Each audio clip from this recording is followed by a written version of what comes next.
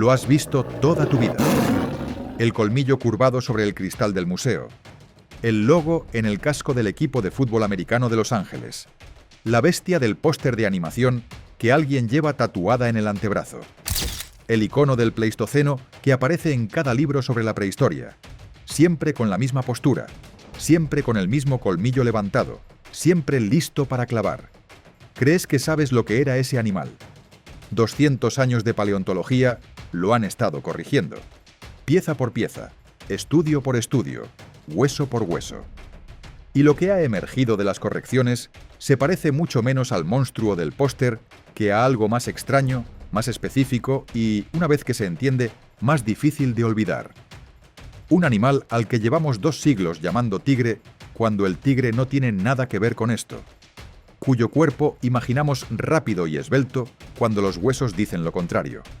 Cuya mordida creímos poderosa cuando los estudios biomecánicos muestran que era la parte más débil de su sistema de caza.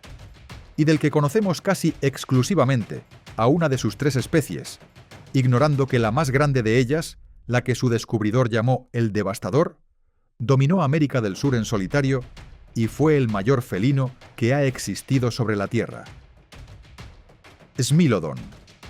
El nombre lo describió un naturalista danés, Peter Wilhelm Lund, en 1842, a partir de fósiles que recogió en cuevas calcáreas cerca de Lagoa Santa, en el estado de Minas Gerais, Brasil.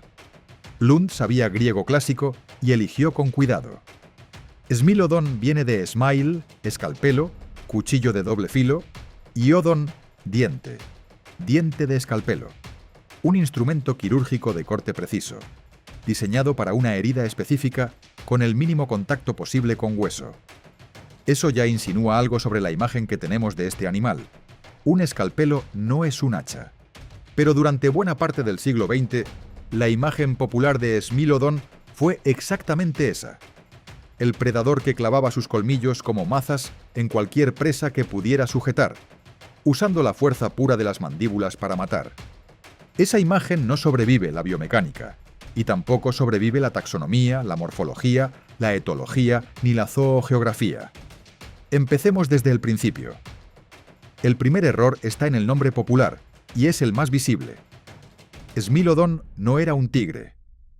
La distancia evolutiva entre Smilodon y el tigre moderno, Panthera tigris, es mayor que la distancia entre el tigre y un gato doméstico. Smilodon pertenece a la subfamilia Machairodontinae, cuya línea se separó del tronco que llevaría a los felinos modernos hace aproximadamente 20 millones de años. Cuando apareció el género Panthera, hace unos 5 millones de años, los Machairodontinae llevaban 15 millones de años en una rama del árbol evolutivo completamente distinta. Llamarle tigre dientes de sable es como llamar a un murciélago pájaro dientes de ratón. El parecido superficial existe, la relación casi ninguna. El nombre que usamos procede del siglo XIX, cuando los fósiles del animal llegaron a Europa y los naturalistas de la época buscaron comparaciones con animales conocidos. El tigre era el mayor felino del imaginario occidental. El colmillo era el rasgo definitorio. La etiqueta pegó. Y pegó tan bien que todavía hoy aparece en titulares de revistas científicas populares, en parques temáticos y en nomenclatura oficial de algunos estados americanos. California designó a Smilodon californicus como su fósil estatal oficial. Lo llama saber-toothed cat. Más preciso. Pero el daño del tigre ya estaba hecho. El segundo error es el cuerpo que imaginamos. Pregunta a cualquier persona que haya visto la imagen del animal en un museo y te describirá algo parecido a un león esbelto con colmillos exagerados. Lomo largo, patas largas, perfil ágil. El modelo mental del sprint predador. Smilodon fatalis, la especie más conocida, tenía las proporciones de otra cosa. Los estudios osteológicos determinaron una masa corporal de entre 160 y 280 kilogramos, comparable al tigre siberiano en el extremo superior. Pero la distribución de esa masa era radicalmente distinta.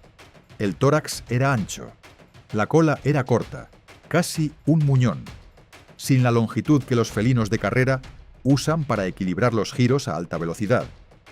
Las extremidades anteriores eran cortas y excepcionalmente robustas.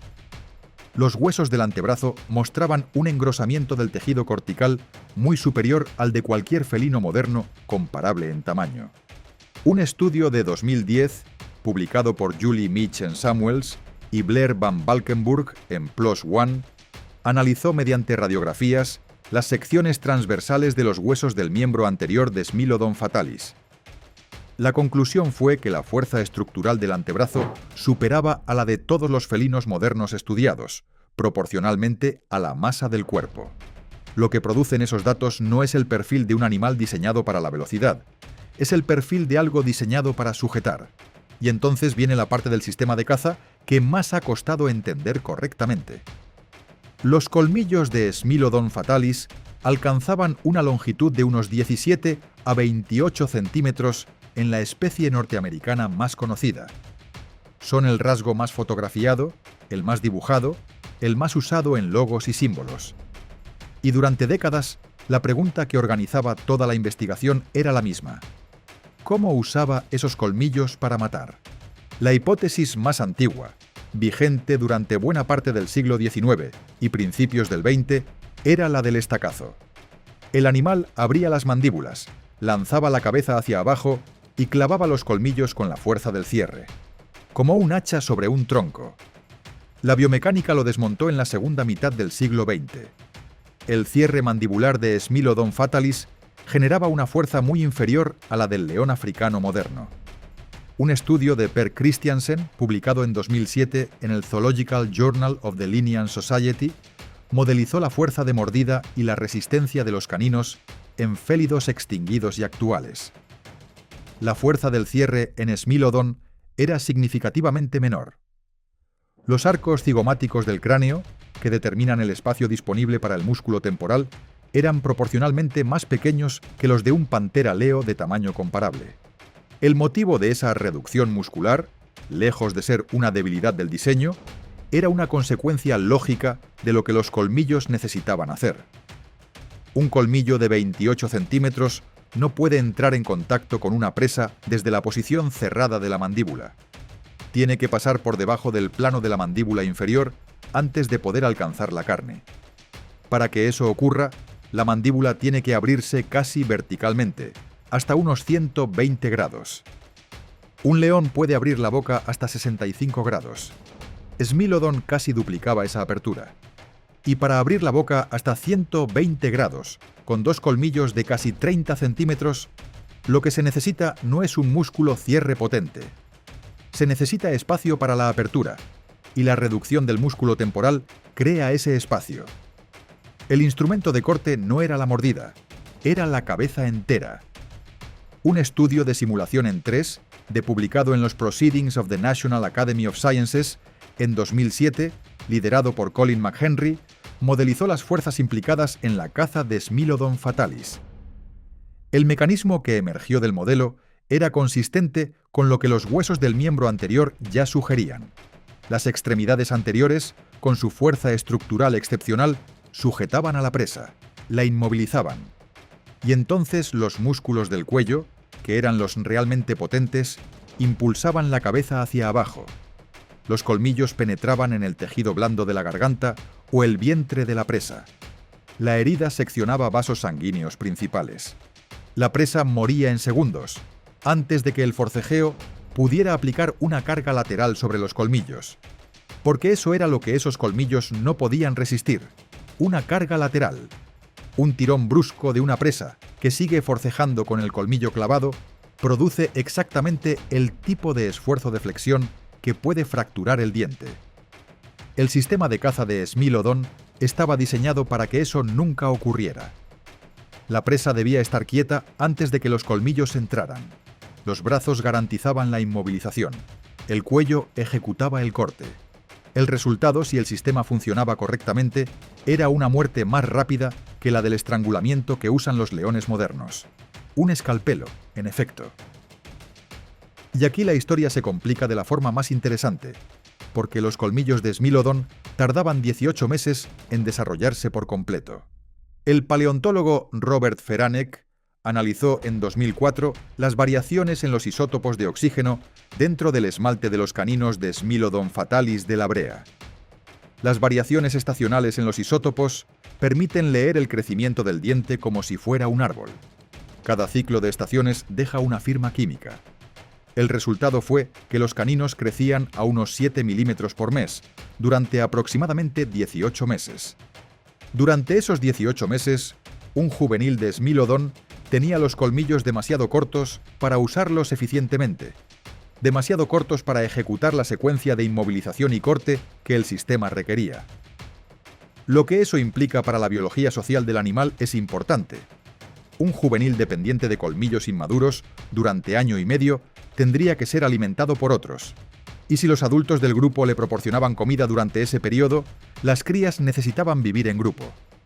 Eso empuja la discusión sobre la sociabilidad de Smilodon en una dirección concreta, aunque el debate está lejos de cerrarse. En el rancho La Brea, la trampa de asfalto natural, en lo que hoy es el centro de Los Ángeles, hay más de 2.000 especímenes de Smilodon fatalis, lo que lo convierte en el segundo animal más abundante del yacimiento después del lobo terrible.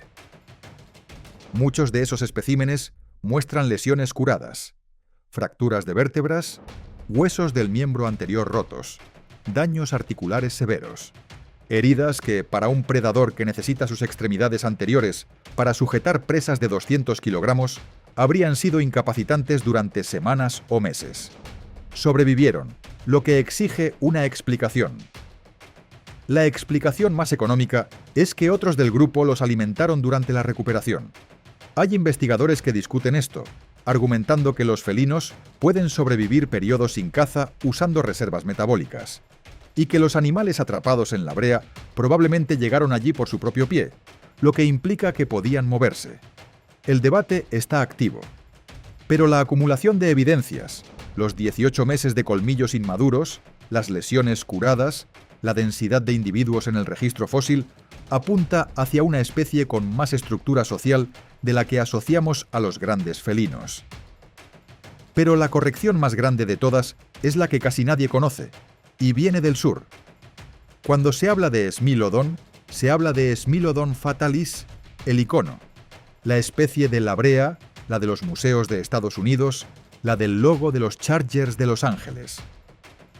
Hubo otra especie anterior y más pequeña, Smilodon gracilis, con una masa de entre 55 y 100 kilogramos, comparable a un jaguar moderno.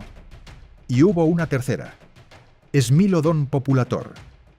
Peter Wilhelm Lund, el mismo naturalista que nombró al género en 1842 desde las cuevas de Brasil, le dio a esta especie un nombre que en latín no deja lugar a ambigüedades: populator, el devastador, el que trae desolación. Smilodon populator vivió exclusivamente en América del Sur. Apareció en el registro fósil hace aproximadamente 1 millón de años, durante el Pleistoceno medio, cuando la especie migró desde América del Norte a través del Istmo de Panamá. Y en América del Sur, sin competidores de igual escala, alcanzó algo que ningún félido, antes o después, ha alcanzado en términos de masa corporal: entre 220 y 400 kilogramos de media. Los individuos más grandes, estimados a partir de un cráneo hallado en Uruguay que mide 39 centímetros de longitud, podían superar los 430 kilogramos. Altura de cruz, 120 centímetros. Para situar eso en escala, el tigre siberiano macho adulto, el mayor félido vivo, pesa entre 180 y 300 kilogramos. Los ejemplares más grandes de Smilodon populator lo superaban por más de 100 kilos. Sus colmillos eran más largos que los de S. fatalis. En los ejemplares más grandes se han recuperado colmillos de hasta 20 centímetros de longitud expuesta. Smilodon populator fue el mayor felino que ha existido, y la mayoría de las representaciones populares del tigre dientes de sable se basan en su primo más pequeño, el de California. La razón por la que el tigre que conocemos tiene el cuerpo equivocado, la mandíbula equivocada y el nombre equivocado tiene una explicación que la propia biología de los colmillos de sable proporciona. El diente de sable evolucionó al menos 4 veces, de forma independiente, en linajes de mamíferos que no tienen relación directa entre ellos. En los Machaeirodontinae, que incluyen a Smilodon. En los Nimrabidae, una familia extinta de carnívoros parecidos superficialmente a los félidos, pero que no lo eran. En los marsupiales sudamericanos del grupo Thylacosmilidae, cuyo representante más conocido, Thylacosmilus atrox, llevó la especialización aún más lejos que Smilodon. Sus colmillos seguían creciendo durante toda la vida, sin raíz, como los incisivos de un roedor. Y en los creodontos, un grupo de carnívoros extintos anterior a los carnívoros placentarios modernos. 4 veces. Linajes sin relación entre sí. El mismo diseño de herramienta apareciendo una y otra vez en animales que cazaban presas grandes en entornos abiertos durante el Cenozoico. Cuando la evolución llega a la misma solución por 4 caminos separados, la solución funciona. Y la solución era específica. Un instrumento de corte de precisión para seccionar vasos sanguíneos mayores en presas demasiado grandes para matar por asfixia rápida. Un sistema que exigía inmovilización previa, brazo o garras potentes y un cuello con músculo suficiente para ejecutar el corte con fuerza suficiente.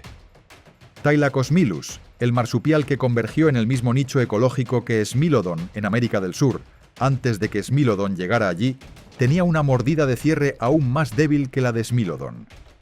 Dependía todavía más del cuello y los miembros anteriores. La misma lógica funcional, llevada a un extremo diferente por un animal que no tenía nada de félido. El diente de sable no era un arma de fuerza bruta. Era una herramienta de ingeniería, afilada por la selección natural 4 veces en 4 ramas distintas del árbol de los mamíferos. Lo que la ciencia todavía no ha resuelto sobre Smilodon llenaría varios libros. No sabemos qué color tenía el pelaje. Las reconstrucciones artísticas lo muestran con manchas, sin manchas, con rayas, con diseños criptogénicos. La verdad es que el tejido blando no se fosiliza y las células de color desaparecen con él. Todo lo que existe es inferencia a partir de parientes vivos, hábitats y tamaño corporal. El debate sobre si rugía o producía vocalizaciones diferentes está en un punto curioso. Un estudio de 2023 analizó la estructura del hioides, el conjunto de huesos de la garganta que determina si un felino puede rugir, como los pantera, o solo puede ronronear y maullar, como los felinos más pequeños.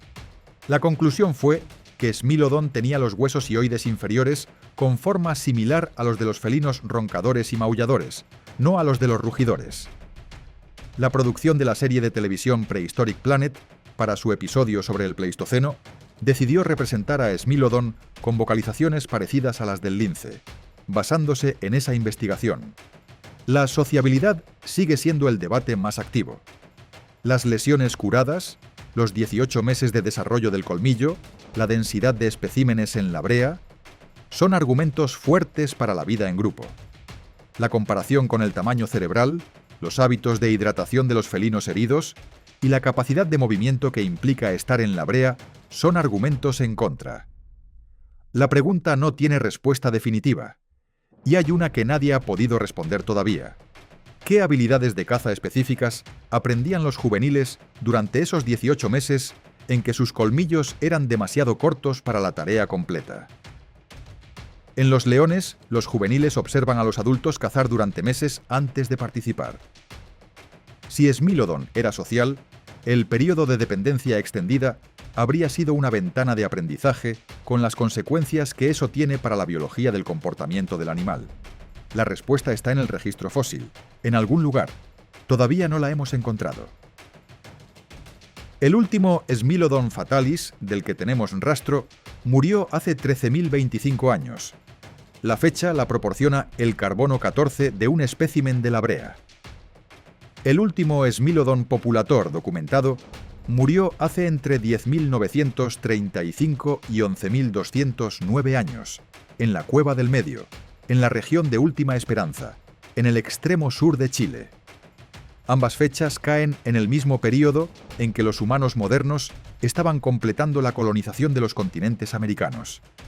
El mismo período en que la megafauna de América del Norte y del Sur, mamuts, mastodontes, perezosos gigantes, caballos americanos, camellos, desaparecía en un ritmo que el registro geológico no había visto en millones de años. El animal más robusto del Pleistoceno americano, el que durante más de 1 millón de años había ejecutado uno de los mecanismos de caza más sofisticados que la evolución ha producido, desapareció al mismo tiempo que todo lo demás que comía. Y eso nos trae de vuelta al museo, al cristal, al colmillo curvado bajo la luz directa, al logo en el casco del equipo de fútbol, al póster de la película que alguien tiene en su habitación. Lo que hay en ese cristal ahora, si se mira con lo que la ciencia ha reconstruido, es algo considerablemente más complejo que el icono. Un felino de 400 kilogramos, con brazos diseñados para inmovilizar bisontes, un cuello que funcionaba como el mecanismo de disparo de un instrumento de precisión y colmillos que tardaban 1 año y medio en crecer. Un animal que probablemente vivía en grupo, que quizás cuidaba a sus heridos, que de ninguna manera rugía como pensábamos, y que se extinguió siendo perfectamente lo que la evolución lo había construido para ser. La imagen que llevamos 2 siglos grabando en logos y pósteres y nombres de equipos deportivos es la sombra proyectada de algo que entendíamos a medias. Eso no le hace menos extraordinario. Le hace más difícil de reducir a una sola imagen.